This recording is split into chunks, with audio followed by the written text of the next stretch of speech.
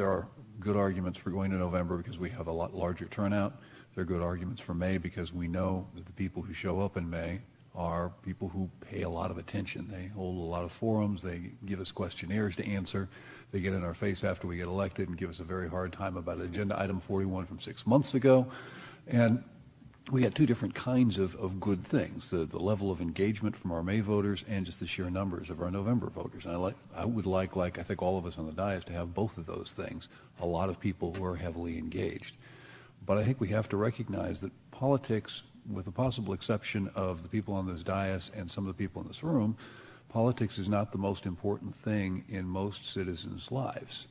They got kids and soccer games, they watch the football game on TV, they got their jobs, they've got a whole bunch of other stuff going on.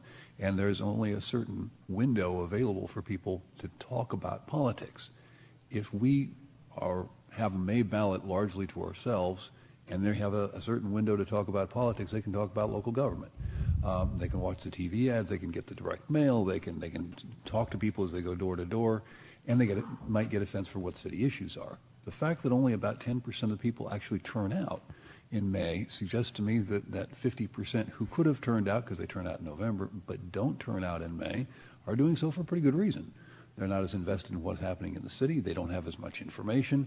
They're more worried about their kids' soccer games and their job than they are worried about what happens in City Hall. And I think we have to respect that.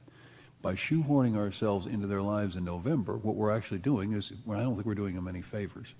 With that window that they've got, that amount of space they're going to have to talk about politics, they're going to be considering, in November 12th particularly, a presidential election where we've got flaming rhetoric on all sides, where we have more polarization among the opposing groups than I've ever seen in a presidential election, at least at this stage of a presidential election before, and where, if I may be very practical and not at all idealistic, where we're going to have millions and millions of dollars spent on partisan races and a relative pittance spent on local government races, not just the candidate races, but also on our bonds and also on our charter amendments. We just can't raise that kind of money because we have restricted ourselves from doing so.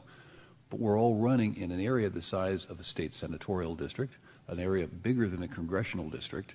These guys raise money all year long, and there's no restrictions as to how much they can take and how much they can spend, and we have very serious restrictions on all those things, which means that there's just going to be a lot less advertising, a lot less direct mail, a lot fewer TV ads devoted to all those city issues.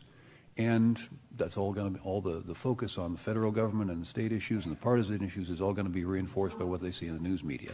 And I suspect if you went into a backyard barbecue and asked people, just put an ear to what it is people were talking about, they were going to be talking about the presidential race, they may be talking about Democrats and Republicans, and they probably will not be talking about single-member districts and affordable housing bonds.